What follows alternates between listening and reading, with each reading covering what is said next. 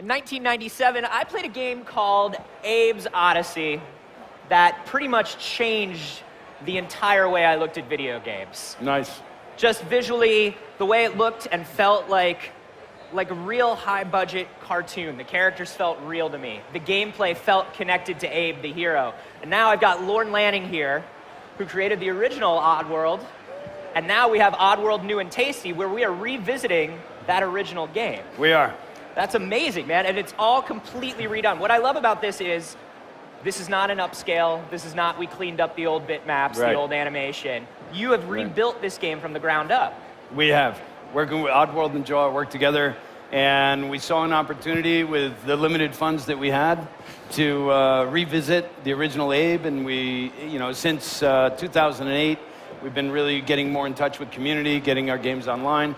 And in doing that, we got a lot of response from the audience, and they really wanted to see Abe. They wanted to see Abe back. And we said, well, how can we do that in a special way, but yet retain true to the integrity of the original design? And if, speaking of the original design, it was 1997 that released, right? That was before the first Toy Story movie, right? If you put it into perspective. And so at the time, there wasn't even CG motion pictures. At the time, there was still people arguing whether computer graphic characters would ever be able to really compel an audience. And I always thought that was just, being someone from 3D computer graphics, that was just kind of crazy. It was obvious to me that the future was going to be more expressive in computer graphics. And so Abe was our first opportunity to really tell a story, our own story, using the mediums that we loved, which was 3D computer graphics and gaming. And we were really trying to bring, Hollywood production value, Hollywood storytelling, and real sort of high design in terms of integrating character abilities, what the character does, who the character is emotionally, situationally, the world they're living in, and really trying to bring them into a synergized experience where it just didn't feel like the character was an excuse for the game, but it felt like the two were integral and could not be separated. Absolutely, and I think that still makes the gameplay feel fresh even today, because everything is motivated by who Abe is, right? Like Abe's a wimp. He's scared. Yeah, that's and so right. it's not, this was the first time I played it. It looked like a platformer. It felt like a platformer. Yeah. But you can't hurt anybody. You got to convince people to help you out because you're a weakling. It was all just so fresh. When you came back to completely redesign this, was there anything you wanted to tweak in terms of gameplay, in terms of interface, to kind of update it? I mean, there was a number of things, right? The original game was very hard. Now, oddly enough, a lot of people had told us it was the first game we ever finished, but man, was it hard. And then there was a lot of other people who said, I so wanted to play that game, and it was too hard. So one of the things we knew we had to address was just difficulty levels. We had to make it more accessible for people with a lighter dexterity, and we had to make it equally as tough as the original for the people who wanted that nostalgic, hardcore feeling. But in the process of doing both, we also knew that we're changing. I mean, we had the benefit of having released the game, of having years of people playing it, and learned, what to do. And we fixed a number of those things in the following game, which was called Abe's Exodus.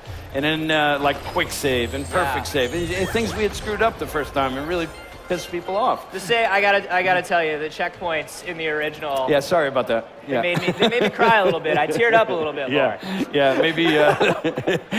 But all that's been smoothed out now. It has. So we brought the things that we learned from the later games, we brought them back into this first game.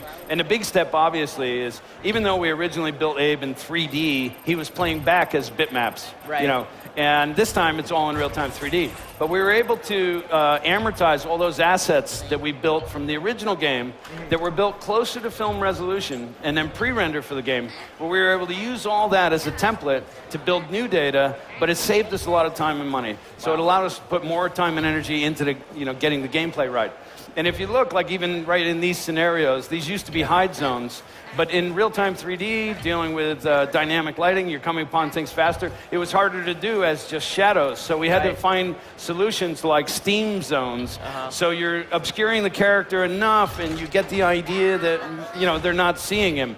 So you play off of those sensibilities, but we had to redesign to make them work in a game where you're moving faster, you're moving continuously, and there was a number of challenges. So as you see, you know, Sligs, we're coming upon them so fast now, we had to see their sight distances differently. Like, we really had to treat it as a fresh design. But one of the things we did was we said, well, like in movies, you know, when they remade The Time Machine, which is one of my favorite all-time original movies, why did they change the script? Why didn't they just upgrade it to like a 21st century movie and keep the same script?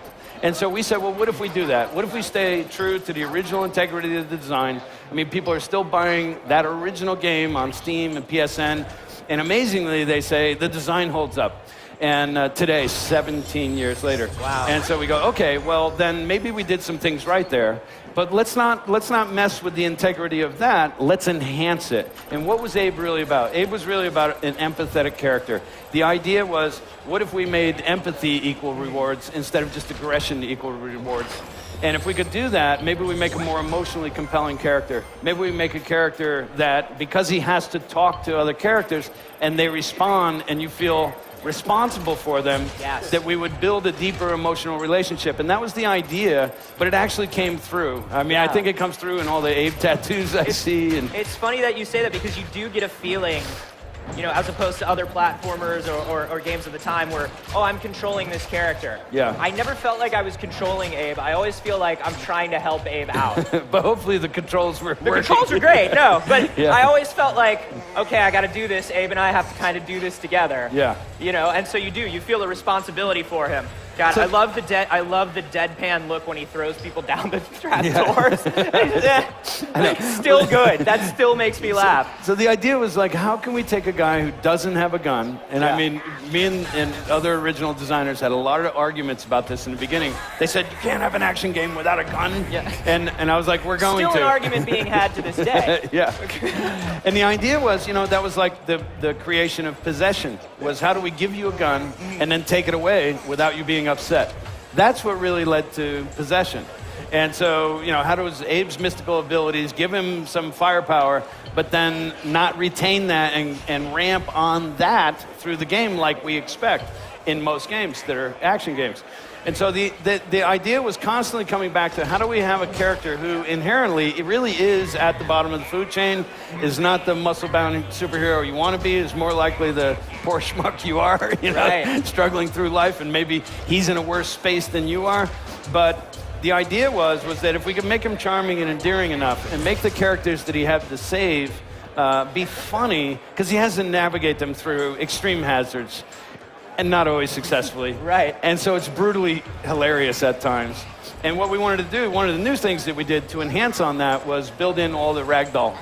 So now, you know, I mean, you see Abe get shot, and then he falls to his knees, and then he does a face plant into a landmine. It's some really funny, unpredictable events fall out that, you know, we thought was really going to be necessary for this time and era, to just get a lot of the more unpredictable humor happening randomly.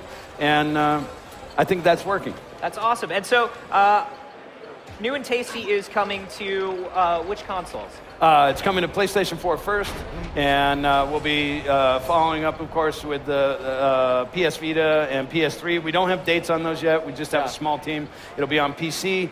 We're still looking at when we'll release Wii U, and Xbox One looks like it's in the cards as well. I love the idea of being able to finally take this with me as a portable game. Well, so are we. That's awesome, man. Yeah. Well, great. Thank you so much for joining me. PlayStation